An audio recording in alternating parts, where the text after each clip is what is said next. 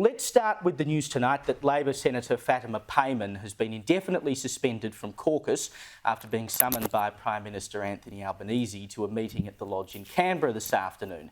Here she was refusing to answer questions from journalists. Have you been expelled though? No. You haven't been? What was discussed with the Prime Minister? The PM had previously shown what Penny Wong described as restraint in his response to her crossing the floor to support the Greens and their push to recognise Palestine as a state. But Deputy Prime Minister Richard Marles appealed on the ABC this morning to send her a warning. I cannot overemphasise enough how important all of us who are members of the team regard the obligations of being a member of the team in terms of the way in which we behave. Then Senator Payman turned up afterwards to double down and say she'd do it again. If the same motion on recognising the state of Palestine was to be brought forward tomorrow, I would cross the floor. I respect the Prime Minister and my senior colleagues, and obviously the Prime Minister had a stern but fair conversation with me a few days ago, and I understand that he's got, very important decisions to make as the leader of our nation. She also poo-pooed calls for her to quit the party. I do not intend on leaving the party. We've had diverse views in the caucus from, various people, various perspectives on the table, but I think that we need to be able to embrace that diversity of views. The PM, Marles, Wong and Don Farrell then sprung into action and decided to suspend her after that interview this morning. Sam, first of all, thank you for joining us and making an effort to be here despite all the and thanks to Scotty from the Lane Cove Tunnel, who was an absolute pleasure in his tow truck. Absolutely. Indeed, he knew you had to be here for the Sunday Showdown, so he got you here as quickly as possible. But you are a Labor man. I found it extraordinary that they didn't do something about Payman earlier, but of course we know that there are perhaps issues with seats in Western Sydney where they want to keep Muslim voters on side, so they didn't want to be seen to go too hard on her. But surely her position in the party is untenable now. She has been suspended.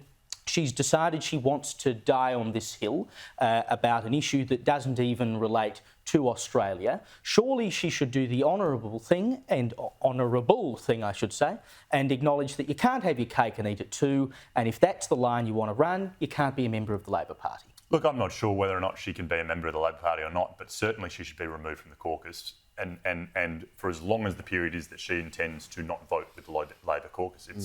It's frankly that simple. I mean, one of the great things about Australian democracy, frankly, is that we have party voting and block voting. It means that lobbyists don't peel off individuals. It means, for instance, if you look at the US tax code, that is one of the longest and most inefficient tax codes in the world. It's because individual senators and congressmen, have their own little thing and vote their own little way. In Australia, it's what it says on the tin. If you're Labor, you vote Labor. If you're Liberal, you vote Liberal. It's as simple as that. Her position is frankly untenable. At the end of the day, Chris Bowen, Ed Husick, Tony Burke, all of these guys may have had the same and similar views as she has, and they will make that case in the party room, which is where you should make it. But then if you don't win that argument, well, too bad. Yeah, and some have tried to run the argument, Claire, that, it's just an expression of free speech. But when you sign up to the Labor Party, one of the first things, it's right there on the form, that you must conform to the party. If you're not willing to do that, you shouldn't be part of the party. No. I mean, everyone knows that. And one of the great values that they hold dear is that solidarity of the Labor caucus. And she knew that. And then, whether Albanese should have gone earlier, of course he should have, but he could not have, stood by now. Once she said today, I'll do it again. Once she said, no, that's it. As you said, that's the hill she's going to die on. I did think she made a good point when she said, but if we're going to get so much diversity in the parliament, and this is the most diverse parliament we've ever had, gender, race, culture, then we're going to have increasingly diverse views. And, what are we going to do about that? But as you said, when you're part of the party, that's the party lines, and she knew that. Well, if you want to have diverse views, you can go and become an independent. But nothing is stopping her from expressing all the diversity of views that she wants in the party room, and she can do that till the cows comes home. And you want to talk about diversity? I mean, you've got Ed Husick, who's the first person to swear an oath of allegiance on the Quran. You've got Anne Ali, also from WA. You've got Penny Wong, who actually had to go out and vote against same-sex marriage, despite it being the most intensely personal thing for her. Now, if all these people can suck it up for the good of the party, then why can't she? I don't think.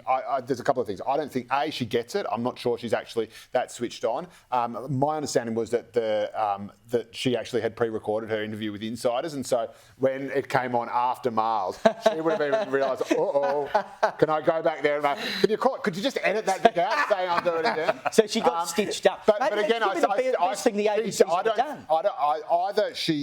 Either she did not understand and still does not understand the gravity of what she has done, or she has deliberately used the Labor Party and used its kind of diversity blind spot, if you will, as a Trojan horse to get her into the Senate, because of course there's no way she'll be pre-selected again for the Senate after what she's done.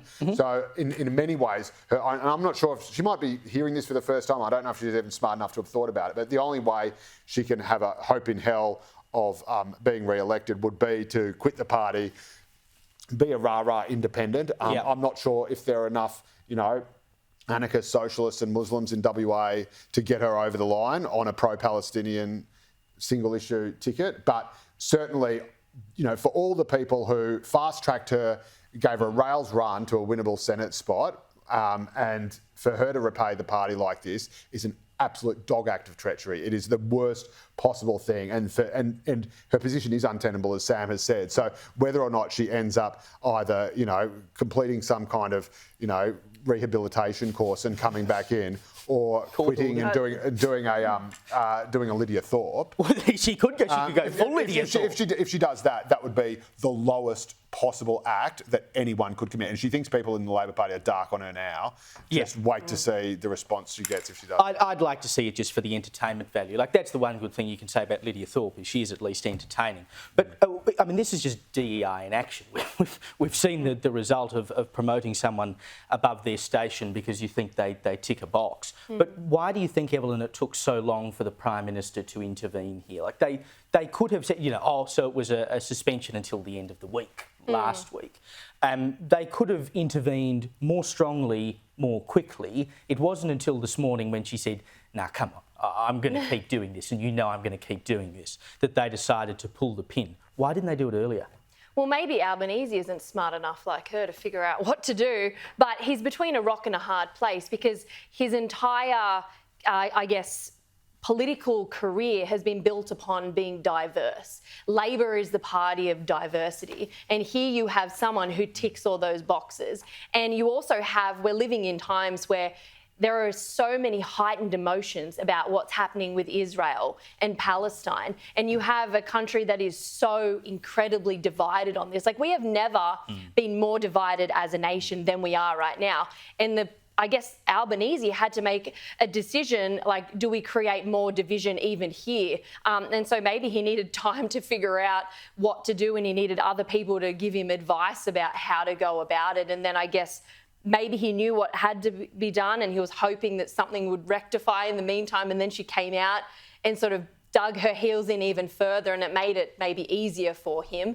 But look, I actually think there's two sides of the coin to this. One, exactly everything that everybody said is I do agree. Like, if you're going to go into a political party knowing what the conditions of entry are, you should abide by those. Like, that's called common sense. That's logic. That's just what you do. But on the other side of the coin, I find it just so ironic and so hypocritical that the Labor Party, who are, build their entire foundation on the tenets of diversity, it's like, you can be diverse in everything except your opinion and you'll shut up and do what we do.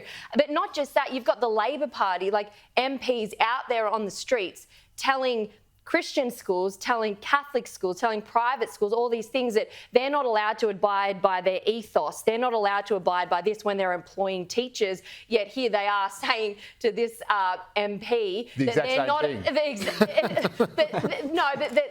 That we're allowed to have an ethos, we're allowed to have a standard, but no one else in the country is. So there's two sides to it. I totally agree with what everybody has said. I just think it's laughable, but that's, I guess, our politics in our country these days.